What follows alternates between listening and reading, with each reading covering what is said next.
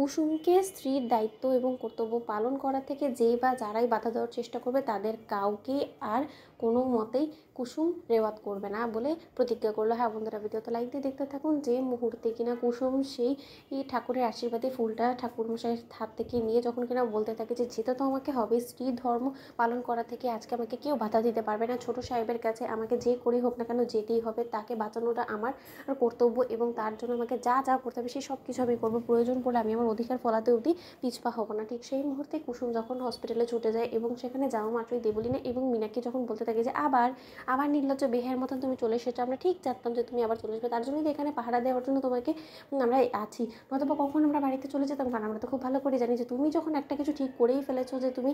এখানে আয়ুষে মুখোমুখি হবে, তাহলে তুমি সেটা না করে এত তাড়াতাড়ি তুমি যাবে না, এবং তোমাকে বিদায় করার জন্য একটা শেষ উপায় আমাদের কাছে আছে, সেটা হলো কি দিদির কাছে যদি এক্ষুনি গিয়ে বলি না যে দিদি এর ছেলের ঝুঁকি আছে মৃত্যুর তোমার কারণে, তাহলে দেখবে দিদিও তোমাকে ভেতরে ঢোকার পারমিশন দেবে না, তখন তুমি কী করবে বলো তো? এর আগে কোনোরকম কোনো সিন ক্রিয়েট হোক, তুমি এখান থেকে বেরিয়ে যাও। কুসুম ঠিক সেই মুহূর্তে কুসুম তখন বলতে থাকে যে আপনারা তো নিজেরাই বললেন এক্ষুনি যে ছোটো সাহেবের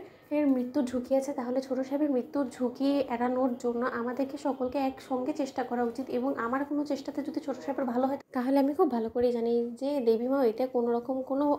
বারণ করবে না। ঠিক সেই মুহূর্তেই যখন কি না ইন্দ্রাণী গাঙ্গুলি সেখানে চলে আসে এবং এসে বলতে থাকে যে কী হয়েছে কুসুম, তুমি এখানে এই মুহূর্তে কী করছো বলো তো? ঠিক সেই মুহূর্তে কুসুম যখন বলতে থাকে যে তো ভাই আপনার দেবীমা একবার অন্তত ছোটো সাহেবের ঘরে আমাকে যেতে দিন, আমার ছোটো সাহেবের সঙ্গে দেখা করাটা অনেক বেশি প্রয়োজন, তার কারণ আমি ছোটো সাহেবের জন্য মন্দিরে পুজো দিয়েছি এবং ঠাকুরমশাই আমাকে বলেছে একবার যদি ছোটো সাহেবকে ঠাকুরের আশীর্বাদী ফুলটা আমি ছুঁয়ে দিতে পারি তার কপালে, তাহলে ছোটো সাহেব সম্পূর্ণরূপে সুস্থ হয়ে উঠবে। ঠিক সেই মুহূর্তে দেবলীনা যখন বলতে থাকে যে আন্টি একদম তুমি এই মেয়েটার কথা শুনে না, ও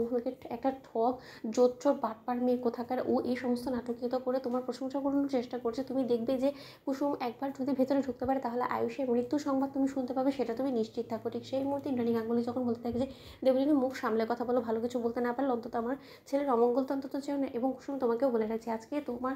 কারণে রাতুলের পিছন ছুটতে ছুটতে আমার ছেলের আজকে এই দশা, এবং তার পরবর্তীতে তুমি এটা ভাবলে কী করেছো? আমি তোমাকে আয়ুষের কাছে যেতে দিব বলো তো? আমার আয়ুষকে কী করে সুস্থ করে তুলতে হবে সেটা একমাত্র আমি এবং রাজ ঠিক করবো, নাকি তুমি? এবং তোমার এত বড় স্পর্ধা হয় কী করে যে ভারী শুদ্ধ সকলে বারণ করার সত্ত্বেও তুমি এখানে ঢুকে পড়েছো বলো তো? তোমার লজ্জা করছে না? আজকে তোমার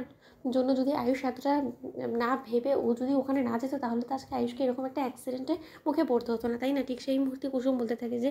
দেবীমা আপনি কেন বুঝতে পারছেন না বলুন তো? এই আশীর্বাদী ফুলটা তার কপালে ছোঁয়ানোটা অনেক বেশি প্রয়োজন। ঠিক সেই মুহূর্তে ইন্দ্রাণী যখন বলতে থাকে তাহলে সেই আশীর্বাদী ফুলটা তুমি আমাকে দাও, আমি ছুঁয়ে দিব, তখনই কুসুম বলতে থাকে যে না, এটা তো ঠাকুরমশাই আমাকে বলেছে যে